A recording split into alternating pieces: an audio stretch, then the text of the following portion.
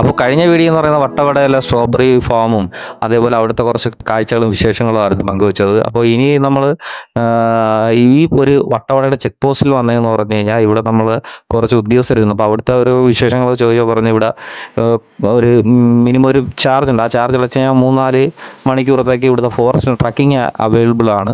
അപ്പോൾ താല്പര്യമുള്ളവർ അവിടെ ചെന്ന് ചോദിച്ചു കഴിഞ്ഞാൽ നമുക്കൊരു 3-4 പേരെ കൊണ്ടൊക്കെ ഒരു ട്രക്കിംഗ് ആയിട്ട് കൂട്ടിക്കൊണ്ട് പോകുന്നതാണ്. നല്ലൊരു എക്സ്പീരിയൻസ് ആയിരിക്കും അത് ഫോറസ്റ്റിലൂടെ പോകുന്നതായിട്ട്. അപ്പോൾ ഇത് കഴിഞ്ഞിട്ട് നേരെ എക്കോ പോയിന്റ് ഏരിയയിലാണ് നമ്മൾ വന്നത്. എക്കോ പോയിന്റ് ഏരിയയിൽ നിരവധി ഷോപ്പുകളും മലയോര ഉൽപ്പന്നങ്ങൾ വിൽക്കുന്നതും കൂടാതെ ചിൽഡ്രൻസിനായിട്ടുള്ള സാധനങ്ങളും കുട്ടികൾക്ക് കളിപ്പാട്ടങ്ങളും അതേപോലുള്ള പല ഐറ്റങ്ങൾ വിൽക്കുന്നവർ ഒരുപാട് കടകൾ ഈ ഒരു ഭാഗത്തുണ്ട്. അപ്പോൾ വരുന്നവർക്ക് ഇവിടുന്ന് പർച്ചേസ് ആണ്. പിന്നെ എക്കോ പോയിന്റ് എന്ന് പറയപ്പെടുന്നത് നമ്മൾ ഉറക്കെ ഉച്ചത്തിൽ ശബ്ദം ഉണ്ടാക്കിയ അപ്പുറത്ത് തട്ടി തിരിച്ച് പ്രതിഫലിക്കുന്ന ഒരു പ്രതിഭാസത്തെയാണ് എക്കോ എന്ന് പറയുന്നത്. അതുകൊണ്ടാണ് ഇവിടെ എക്കോ പോയിന്റ് എന്ന് പറയപ്പെടുന്നത്. അപ്പോൾ ഇവിടെ ബോട്ടിങ്ങും കാര്യങ്ങളൊക്കെ ഉണ്ട്. ബോട്ടിംഗ് എന്ന് പറയുന്നത് കയാക്കിങ്ങും സ്പീഡ് ബോട്ടും കൂടാതെ പാരാസെയിലിങ്ങിൻ്റെ ഒക്കെ ആയിട്ടുള്ള വാട്ടർ റൈഡ്സ് ഒക്കെ ഒരുപാടുണ്ട്. അപ്പോൾ വേണ്ടുന്നവർക്ക് അറ്റൻഡ് ചെയ്യാം. അപ്പോൾ നമ്മൾ ഇവിടെ പരവൂര് വർക്കലയൊക്കെ ടച്ച് ചെയ്ത് കിടക്കുന്നതുകൊണ്ട് നമ്മൾ ഈ വാട്ടർ റൈഡ്സ് ഒക്കെ ഒരുപാട് ചെയ്തിട്ടുണ്ട്. നമുക്ക് അതിനകത്തോട്ട് ഒരു താല്പര്യം തോന്നാത്തതുകൊണ്ടും അവിടെ വാട്ടർ റൈഡൊന്നും അറ്റൻഡ് ചെയ്തില്ല. അപ്പം പിന്നെ അത് കഴിഞ്ഞിട്ട് നേരെ കുറച്ച് അവിടെ ഭാഗങ്ങളൊക്കെ കറങ്ങി ഇങ്ങനെ നടന്നു സ്പെൻഡ് ചെയ്ത് കടയിൽ ഷോപ്പിൽ ഓരോ കാര്യങ്ങളൊക്കെ നോക്കി. അപ്പോൾ നമുക്ക് മിതമായ നിരക്കിലും അത് അമിതമായിട്ടുള്ള കാര്യങ്ങളുടെ വിലകളിലും ഉള്ള തരത്തിലുള്ള കച്ചവടമാണ് നടക്കുന്നത്. അപ്പോൾ ചില വ്യത്യസ്തമായ കാര്യങ്ങൾ ഇവിടെ കിട്ടാൻ ചാൻസ് ഉണ്ട്. അപ്പോൾ അത് നിങ്ങൾക്കത് മേടിക്കാവുന്നതാണ്. അപ്പോൾ അതേപോലെ നമ്മൾ വനശ്രീ ഉൽപ്പന്നത്തിൻ്റെ ഒരു സ്പോട്ടാണ് ഈ കാണുന്നത്. അപ്പോൾ ഇവിടെ ഞാൻ കയറിയെന്ന് പറഞ്ഞാൽ സാൻഡിൽ ഓയിൽ കിട്ടാൻ ചാൻസ് ആണ്. അപ്പം മറയൂറിൻ്റെ സാൻഡിൽ ഓയിൽ കിട്ടും. അപ്പോൾ ആ സാൻഡിൽ ഓയിൽ എന്ന് പറയുന്നത് ഒരു 5 ഗ്രാമിന് ഏതാണ്ട് അവിടെ പറഞ്ഞ 3000 രൂപ വിലയാണ്. സംഭവം അവിടെ സ്റ്റോക്കും ഇല്ല. ഞാൻ മുമ്പ് ഉപയോഗിച്ചിട്ടുള്ളതാണ് വർക്കലയിൽ നിന്ന് ഒരു ഷോപ്പിൽ നിന്ന് മേടിച്ചിട്ട്. അപ്പോൾ ഇത് കഴിഞ്ഞിട്ട് നമ്മുടെ ഈ പടയപ്പ ആന ഏറ്റവും കൂടുതൽ ചുറ്റി നടക്കുന്ന ഒരു പ്രദേശം കൂടിയാണ് ഈ കാണുന്ന ഭാഗങ്ങളൊക്കെ.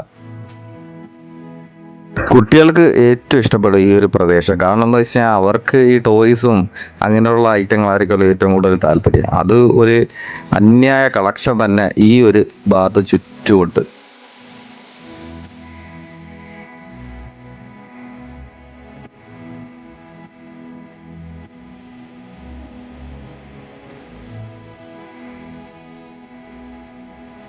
നല്ല ചൂട് എന്ന് പറയാൻ പറ്റത്തില്ല, എങ്കിലും ക്ലൈമറ്റ് തണുപ്പായതുകൊണ്ട് ആ ചൂട് നമുക്ക് ശരീരത്തിലോട്ട് പ്രതിഫലിക്കുന്നില്ല. അപ്പോൾ നാട്ടിലെ ഈ ചൂട് വെച്ചിട്ട് നമ്മൾ മൂന്നാർ ഈ ഇപ്പോൾ ഒരു ടൈമിൽ പോയാലും നമുക്ക് അത്യാവശ്യം നല്ലൊരു സുഖം തന്നെ ആയിരിക്കും മനസ്സിനും ശരീരത്തിനും. മലയാളികൾ ഫസ്റ്റ് ഒരു കേരളത്തിലൊരു ട്രിപ്പിൻ്റെ പ്ലാൻ ചെയ്ത് ആദ്യമായി വരുന്നത് മൂന്നാർ എന്ന് പറയുന്ന സ്പോട്ടായിരിക്കും. അതിന് കാരണം എന്ന് വെച്ചാൽ അവിടുത്തെ മലയോര പ്രദേശവും പച്ചിപ്പും കൂടാതെ അന്നത്തെ ക്ലൈമറ്റും ഒക്കെയാണ്.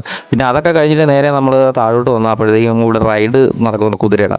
അപ്പോൾ ചുണ്ടുവിനും കുഞ്ഞിക്കും ശില്പയ്ക്കും അത് ചെയ്യണമെന്നൊരു എക്സ്പീരിയൻസ് ചെയ്യണമെന്ന് പറഞ്ഞു. അപ്പോൾ ചെയ്യാൻ പറഞ്ഞു.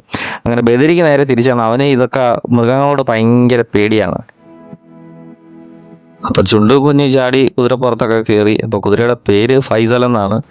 അപ്പോൾ പുള്ളിക്കാരൻ ഒരു റേറ്റ് പറഞ്ഞു. അതിൽ നിന്ന് ഇത്രയും പേരൊക്കെ ഒരു 3-4 പേര് അടുപ്പിച്ച് ചെയ്യുന്നുണ്ട്. പുള്ളിക്കാരൻ ഒരു കുറച്ച് റേറ്റ് ഒന്ന് നെഗോഷിയേറ്റ് ചെയ്തൊക്കെ തരികയൊക്കെ ചെയ്തു.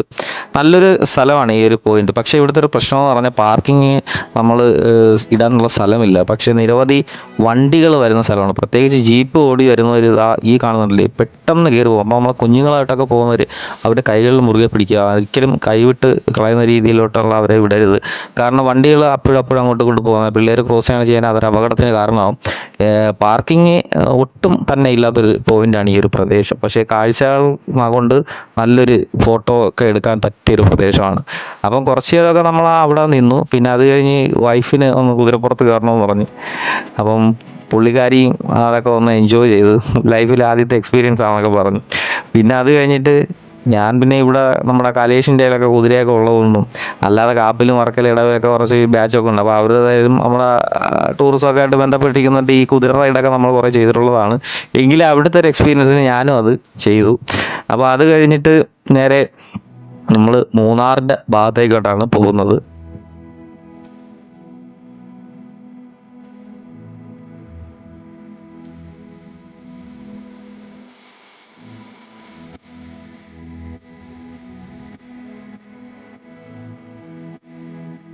അപ്പോൾ അതിൻ്റെ ടൂറിൻ്റെ ഒരു പാക്കേജ് രീതി എന്ന് പറഞ്ഞാൽ ഒരു നൈറ്റ് 2 ഡേ ആയിട്ടാണ് കറങ്ങിയത്. ഏകദേശം മൂന്നാറിൻ്റെ ഒരുവിധം ഭാഗമൊക്കെ പിള്ളേരെയും വൈഫിനെ അമ്മയൊക്കെ കൊണ്ടൊന്ന് കറങ്ങി.